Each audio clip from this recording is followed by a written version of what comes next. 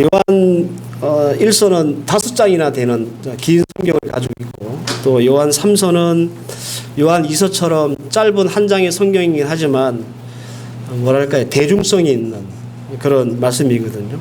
그래서 인지도가 높아요. 대중성이 있다라고 하는 말은, 여러분들 그 요한 3서 그러면 제일 먼저 생각나는 게 내 영혼이 잘된 같이 내가 범사가 잘 되고 내가 강건하기를 강구하노라, 이 말씀이잖아요. 그죠? 이 뭐 어떤 성도들은 이게 어디에 나오는 말씀인지는 모르시는 분도 계시겠지만 한 번쯤은 다 들어본 그런 말씀이라서 대중성이 있다, 이렇게 말씀을 드리는 겁니다.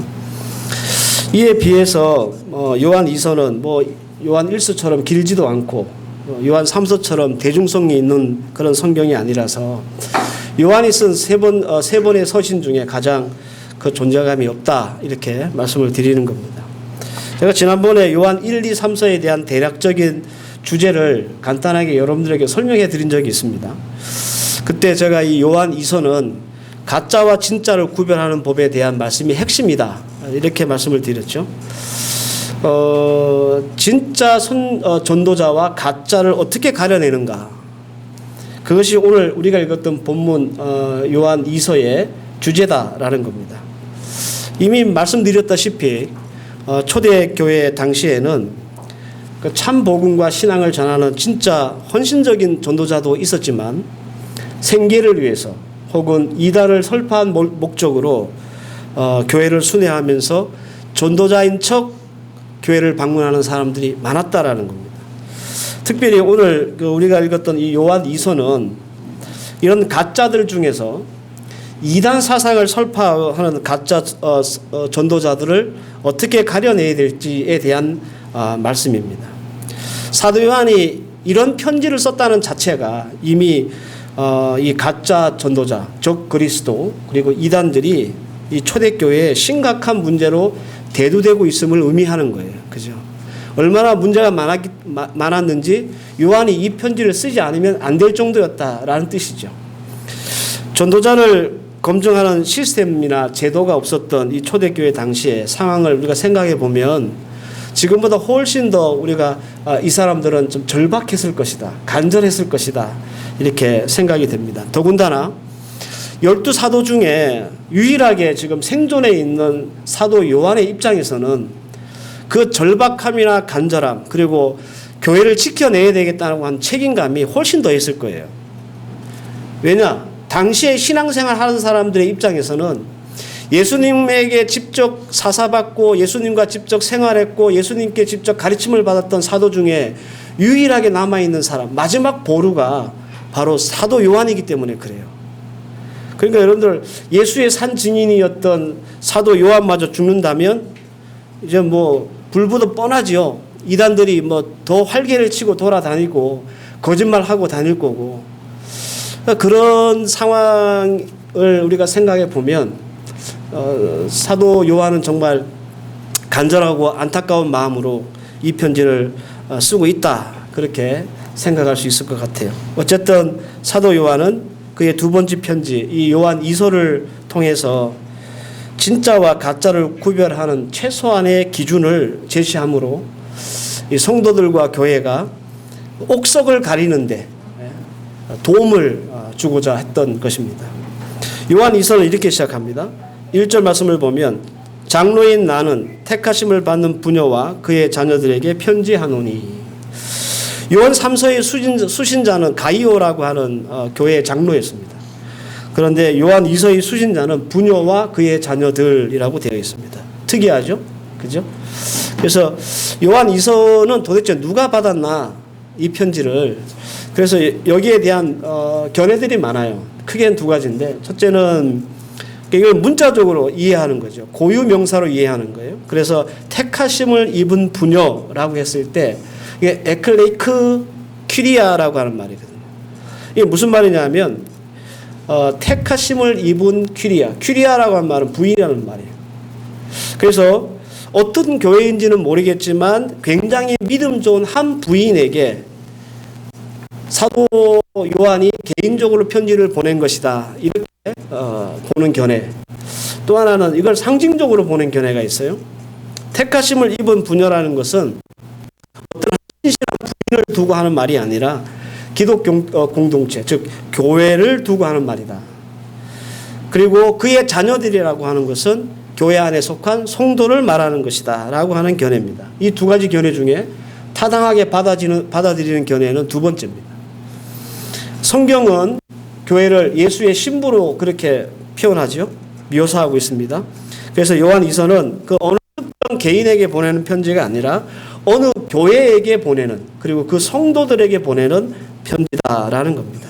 그래서 택하심을 입은 부녀라고 하는 것은 교회를 말하는 것이고, 그의 자녀라고 하는 말은 그 교회에 속한 성도들 의미하는 것입니다.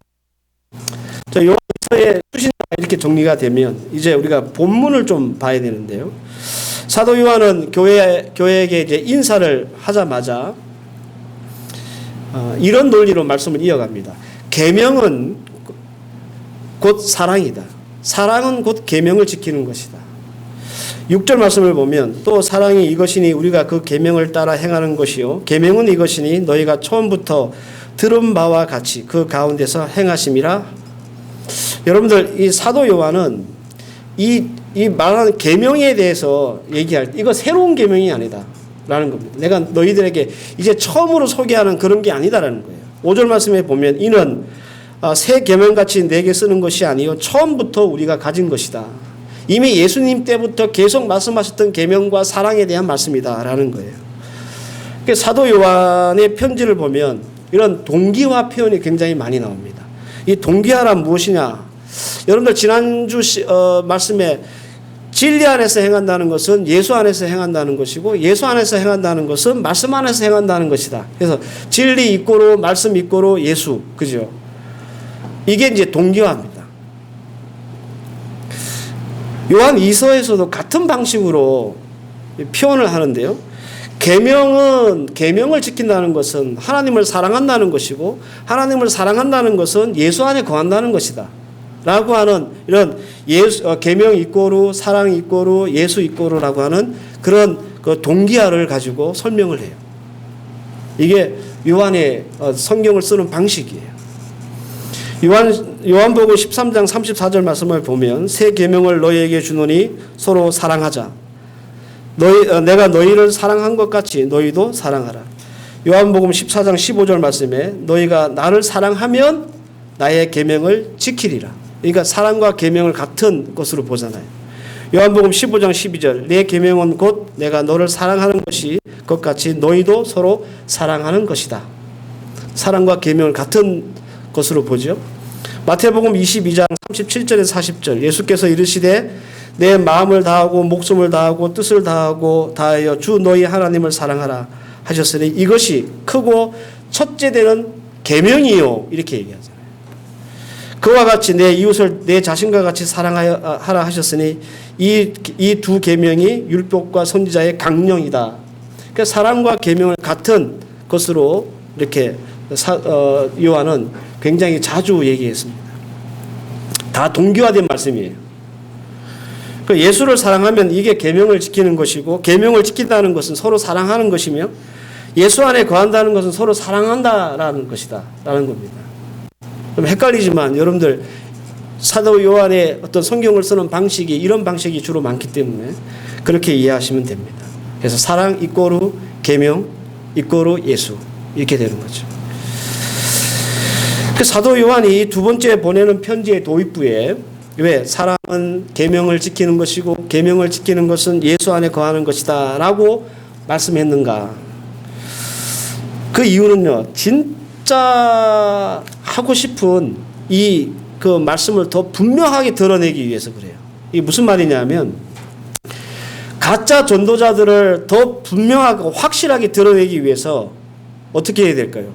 진짜 예수의 교훈과 가르침이 뭔지를 드러내야 되잖아요. 그죠? 비교 대상이 있어야 요것들이 가짜구나 진짜구나 알 수가 있잖아요. 일종의 여러분들 배색 효과라고 할까요? 차 타고 가보면 이렇게 노란 바탕에 까만색으로 이렇게 줄을 꺼놓거나 글을 써놓거나 그렇죠? 왜 그렇습니까? 눈에 잘 띄라고. 이게 배색 효과거든요. 예를 들어서 녹색 바탕에 연두색 글자가 있으면 잘 보이겠습니까? 안 보이죠? 그런 거예요. 진짜가 뭔지 알아야 가짜를 구별해낼 수 있다는 거예요. 그래서 먼저 사도 요한은 진짜가 뭔지 계명과 예수와 사랑에 대해서 설명을 하는 거예요. 그래서 이 동기화 기법을 통해서 진짜 예수 전도자들은 계명을 지키고 서로 사랑하고 예수 안에 거하는 사람이다. 그래서 이 세 개를 딱 하나로 묶으면 오늘 설교의 본문 제목처럼 그리스도의 교훈이라고 하는 한 묶음으로 이 말씀이 쏙 들어가는 거예요. 그래서 그리스도의 교훈이라고 하는 것은 그 안에 뭐가 있는 거예요? 계명을 지키는 거, 서로 사랑하는 거, 예수 안에 거하는 이 모든 것이 다 포함되어 있는 그런 함축된 의미의 단어가 바로 그리스도의 교훈입니다. 그래서 사도 요한은 이 그리스도의 교훈이라고 하는 것을 기준으로 기준을 초대교회 성도들과 교회에 쥐어진 거예요. 요걸 가지고 요 기준을 가지고 니네들이 순회에서 복음 전도자들이 들어오면 이게 가짜인지 진짜인지를 구별해내라. 만약에 가짜들이면 그들하고 인사도 하지 말고 집에 들이지도 마라. 쫓아내라는 얘기죠. 그리고 이 그리스도의 교훈은 가짜 전도자, 적 그리스도, 이단자들을 구별하는 방법일 뿐만 아니라 2023년 오늘을 살고 있는 우리 성도들에게도 온전한 믿음을 갖게 하는 방법이자 그리고 그 기준이 된다라는 겁니다. 사도 요한이 그 초대교회 성도들에게 제시했던 그리스도의 교훈은요, 분명한 타깃이 있었습니다. 가짜 전도자를 크게 두 부류가 있었다 그랬죠. 생계형 가짜들, 또 하나는 이단적 가짜들. 그러니까 요한 2서는 그 타겟가 생계형 가짜들이 아니라 이단적 가짜들이에요. 그래서 이들을 어떻게 구별해내야 되고 어떻게 대해야 되는지에 대한 말씀을 한 겁니다. 그러니까 사도 바울이 이런 가짜들, 이단적인 가짜들을 적 그리스도다 이렇게 얘기합니다. 오늘 7절 말씀에 나오죠. 이런 자가 미혹하는 자요 적 그리스도니. 자, 그렇다면 여러분들 2023년 지금 우리에게 그리스도의 교훈은 어떤 도전과 영적 교훈을 주는 걸까 생각해 봐야 합니다. 이거 왜 우리가 생각해야 되냐면 제가 이미 말씀드렸잖아요. 요한 2서의 주제가 뭐라고요? 이단을 어떻게 식별하느냐, 어떻게 가려내느냐, 이것이 말씀의 핵심이라고 그랬어요. 그런데 여러분들 현대 교회에서 일반 성도들이 그 이단을 식별할 필요가 있습니까? 각 교단마다 소위 그 이단 대책위원회가 있어가지고 이 기구에서 이단에 대한 어떤 연구도 하고 분석도 하고 검증도 하고 그래서 이단이다 아니다를 판명하거든요. 그럼 각 교회에 이 집단은 이단이니까 뭐 어떻게 하라 지시가 내려온단 말이에요. 그러면 이제 교회들이 그걸 받고 따르면 되는 거예요. 신천지 연구해 보니까 이단이야. 신천지에 절대로 가입해서는 안 돼. 이게 이제 온 우리나라 국민들이 다 아는 사실이잖아요. 그죠? 한 개인이 연구해 보니까 이 사람도 이단이네? 이게 아닌 거예요. 그래서 지금 현대 교회는 성도 한 개인이 이단을 식별할 필요가 없어요. 근데 요한 2서의 핵심적인 내용은 가짜 전도자를 어떻게 식별해내느냐, 구별해내느냐인데 그러면 이 말씀은 우리에게 아무런 상관없는 말씀이 아닌가 이렇게 생각할 수 있다라는 겁니다. 그죠? 왜? 지금 우리는 뭐 현대를 살아가는 우리 개인이 이단인지 아닌지를 식별할 필요가 없기 때문에 많은 신학 교수와 유명한 목사님들이 연구하고 분석하고 검증해서 이단인지 아닌지를 다 가르쳐주기 때문에 일반 성도는 그럴 필요가 없는 거죠. 그래서 이 요한 2서의 말씀이 우리하고는 별로 이렇게 안 맞는 말씀, 지금 우리에게는 적용이 안 되는 말씀으로 그렇게 이해되기 쉽다라는 겁니다. 그럼에도 불구하고 사도 요한이 제시한 그리스도의 교훈은 여러분들 2023년을 살아가는 우리에게 여전히 유효한 하나님의 말씀이고요. 그리고 우리가 꼭 붙잡아야 할 아주 중요한 교훈을 담고 있다라는 겁니다. 이제 제가 여러분들에게 말씀드릴 내용이 바로 이겁니다. 이 요한 2서를 다른 측면에서 바라보면 이게 우리에게 꼭 필요한 말씀이다라는 사실을 알게 됩니다. 그 다른 측면이라고 하면 그게 어떤 의미냐 하면요. 지나침과 모자람이라고 하는 측면입니다. 구조를 보세요, 여러분들. 지나쳐 그리스도의 교훈 안에 거하지 아니하는 자는 다 하나님을 모시지 못하되 교훈 안에 거하는 그 사람은 아버지와 아들을 모시느니라. 여기서 우리가 주목해야 될 단어가 하나 있습니다. 그게 뭐냐?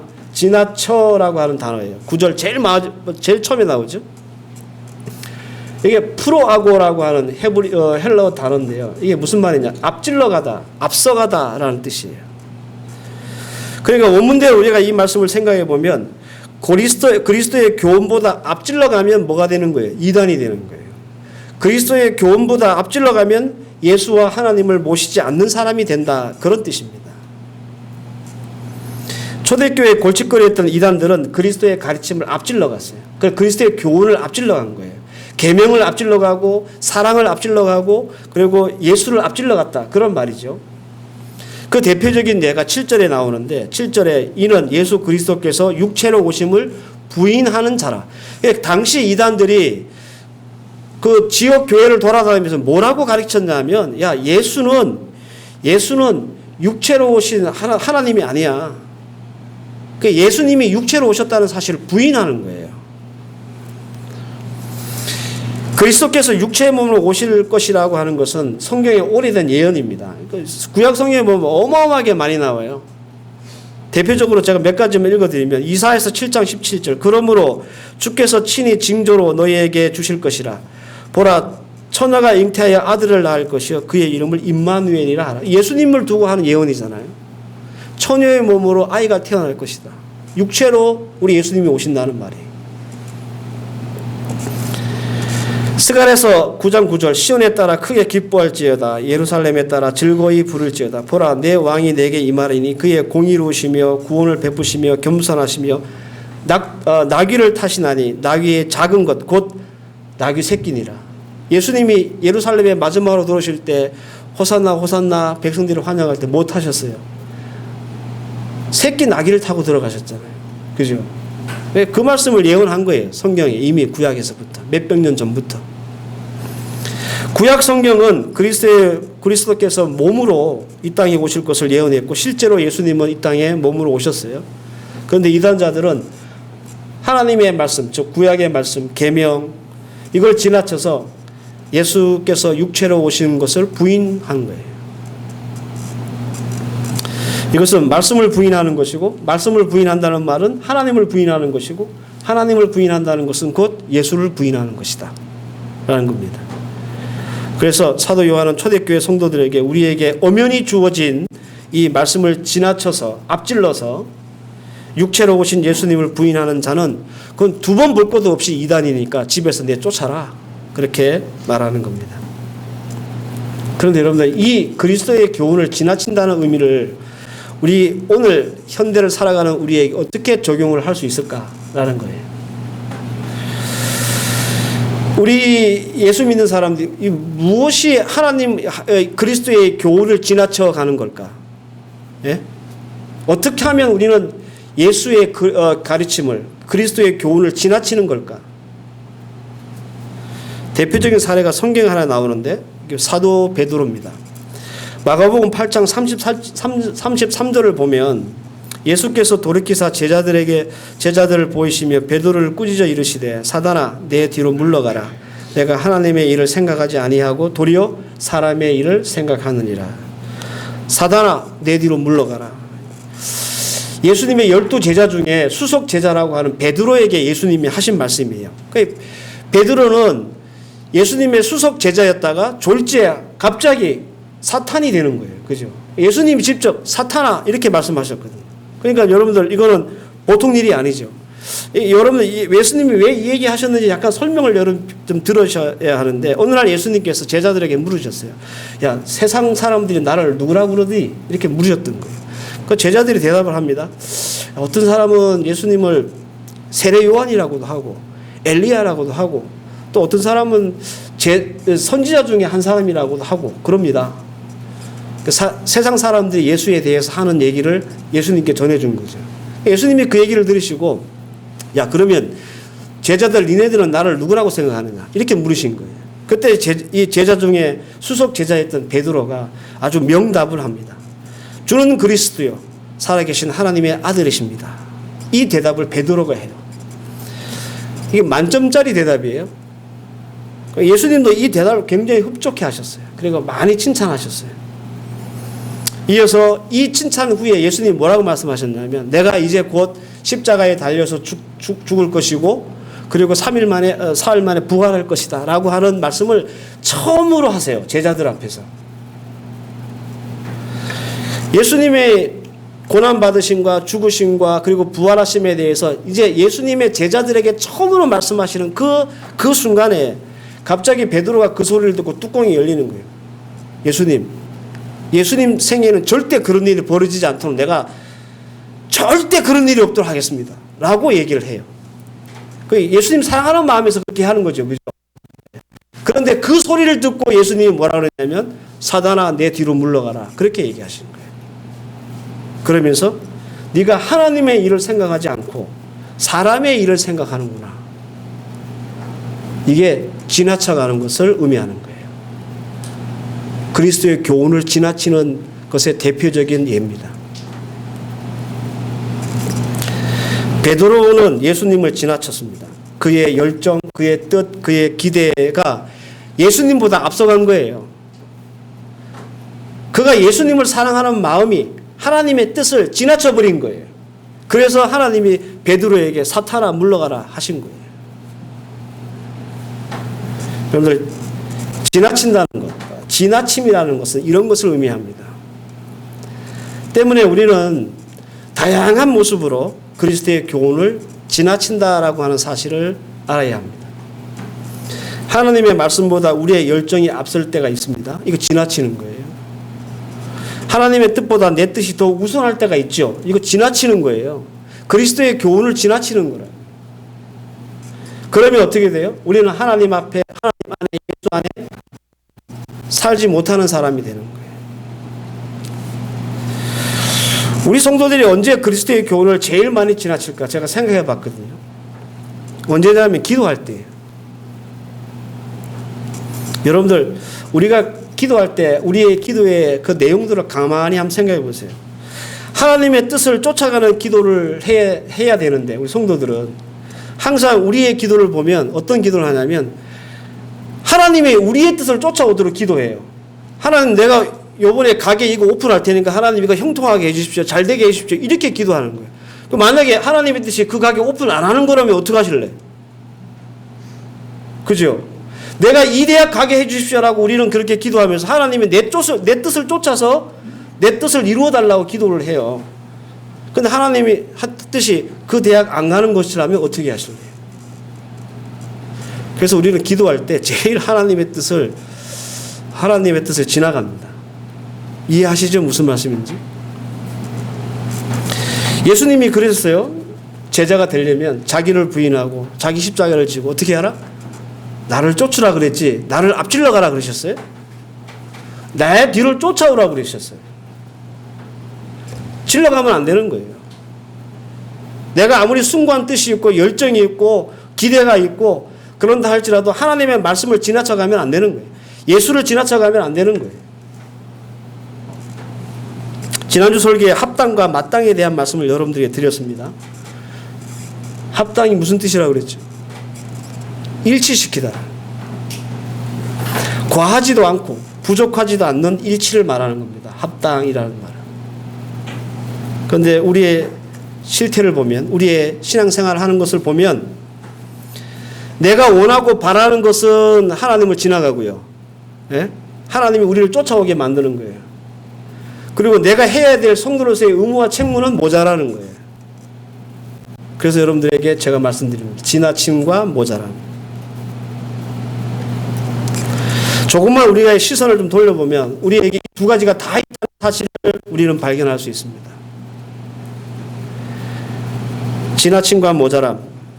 우리 사랑하는 성도 여러분, 요한 이서가 우리에게 주는 아주 중요한 키워드입니다. 우리는 늘 우리의 뜻이, 우리의 원하는 바, 우리가 하고 싶은 것을 위해서는 항상 주님을 지나쳤어요. 하나님이 내 뜻을 쫓아오게 만들었어요. 그러면서 우리는 신앙생활을 잘한다고 착각할 때가 있습니다. 그러면서 나는 기도했다고 그렇게 우리는 스스로를 위로할 때가 있습니다. 근데 여러분들 그건 기도도 아니고 신앙생활도 아니에요. 진정한 신앙생활이라는 것은 뭐냐면 그리스도의 교훈을 쫓아가는 거예요. 앞질러 가는 게 아니라.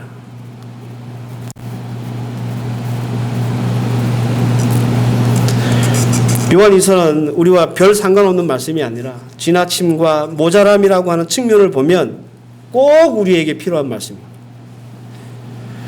우리는 지금 요한일서의 그 시대처럼 우리가 이단을 식별해야 될 필요는 없지만, 그럼에도 불구하고 우리가 이 말씀을 통해서 받아야 될 중요한 교훈은 우리 또한 항상 하나님의 말씀을 지나치고 하나님의 뜻을 지나치고 앞지르는 그런 신앙생활을 노골적으로 하고 있다는 거예요.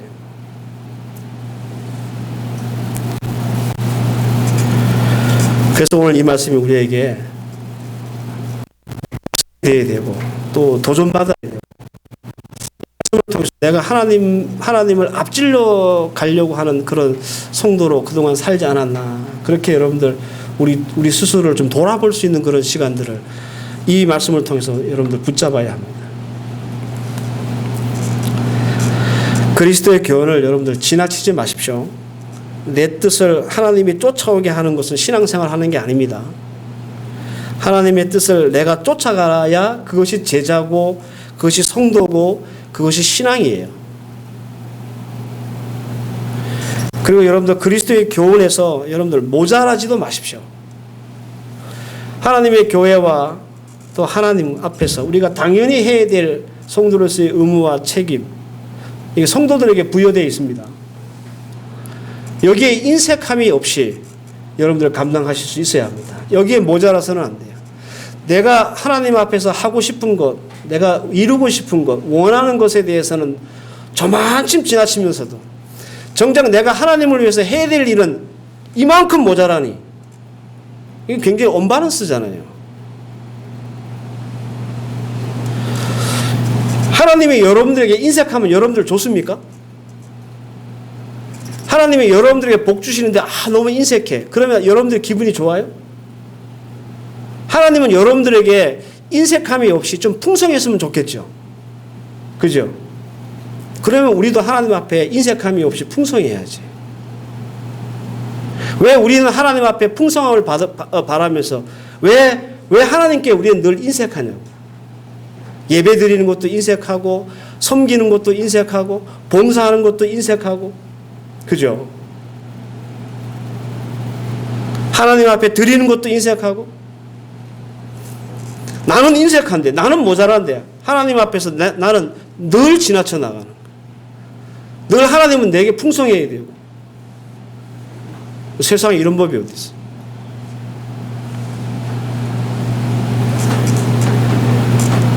그래서 여러분들 우리가 그리스도의 교훈에서 지나쳐서도 안 되고요, 모자라서도 안 되는 거예요. 하나님 앞에 모자람이 없이 주님 앞에 예배하고, 하나님을 섬기는 일도 모자람이 없고, 사람과 봉사하는 일, 기도하는 일에도 모자람이 없고, 하나님 앞에 드리는 것도 모자람이 없는 성도. 내 뜻이 분명히 있고 내가 원하는 바가 있지만 하나님이 원치 않으신다면 그것을 지나치지 않고 하나님의 뒤를 쫓아갈 수 있는 성도. 이게 소위 말하는 신앙생활을 하는 것이고, 이게 믿음 좋은 사람의 모습인 거예요. 이렇게 설교하는 저도 하나님을 지나칠 때가 있어요. 선교하다가 막 열정이 생겨서 막 이렇게 막 지나칠 때가 있거든요. 하나님이 원치 않으신데 내 생각 이거 하면 좋겠다 이런 생각이 들 때가 있잖아요, 그죠? 그래서 뭐 기도도 안 해보고 막 이렇게 하는 때가 있단 말이에요. 그럴 때 문득 느낍니다. 내가 하나님을 너무 많이 지나치고 있구나. 내 생각, 내 열정, 이게 선하고 악하고 이걸 떠나서 이걸 내가 하나님의 뜻에 맞춰서 이렇게 가지 못하고 쫓아가지 못하고, 내가 이거 했으면 좋겠다, 이거 하면 교회가 좋겠지, 이거 하면 선교가 좋겠지라고 생각하고 막 하나님의 뜻을 생각하지 않고 달려갈 때가 있다는 거예요. 아마 여러분들도 분명히 그러실 거예요. 그래서 오늘 요한 2서를 통해서 우리에게 주신 이 지나침과 모자람이라고 하는 이 말씀, 이번 한 주간 저는 잘 묵상해 주시기를 바랍니다. 제가 이 설교를 하기 전에 이 성경에 대한 사전 설명을 충분히 여러분들에게 드리잖아요. 여러분들 이해할 수준에서. 이유가 있습니다. 왜냐하면 이 성경이라는 것 배경이 있기 때문에 이 배경을 잘 이해하시고 성경을 읽어야 여러분들의 믿음 생활 도움이 되거든요.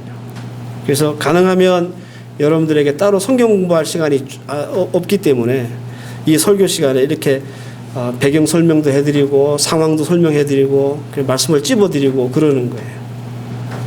근데 이게 하나씩 하나님의 말씀을 찝어드릴 때 잘 붙잡으시고 이 말씀 가지고 또 한번 믿음으로 씨름하고 그래서 여러분들의 믿음이 성장하고 성숙되는 그런 일이 여러분들 가운데 있기를 바랍니다. 주께 합당한 성도가 되어서 지나치거나 모자람이 없이 하나님 앞에 살아감으로 또 하나님이 주시는 은혜와 복이 여러분들 삶 가운데 풍성히 넘칠 수 있기를 주의 이름으로 축원합니다. 기도하십시다. 하나님, 주의 은혜를 감사합니다. 우리 주님께서 오늘 주신 말씀의 핵심, 지나침과 모자람, 이번 한 주간 우리가 계속 묵상하고 되새길 수 있는 말씀 되게 하옵소서. 우리가 바라고 원하는 것에서는 늘 하나님을 지나쳐 하나님이 우리의 뜻을 좁게 만들었고 우리가 해야 될 성도로서 의무와 책임에는 늘 모자라서 하나님 앞에 인색했습니다. 우리의 모습 회개하게 하시고 바르게 고쳐지게 하셔서 이번 한 주간 하나님이 주시는 이 말씀 붙잡고 또 말씀 가운데 우리 하나님의 뜻을 쫓고 그리스도의 교훈을 쫓아서 하나님 앞에서나 또 사람들 앞에서 참 믿음 있는 사람들로 세워질 수 있는 복된 날 되게 하옵소서. 예수님의 이름으로 기도하옵나이다. 아멘.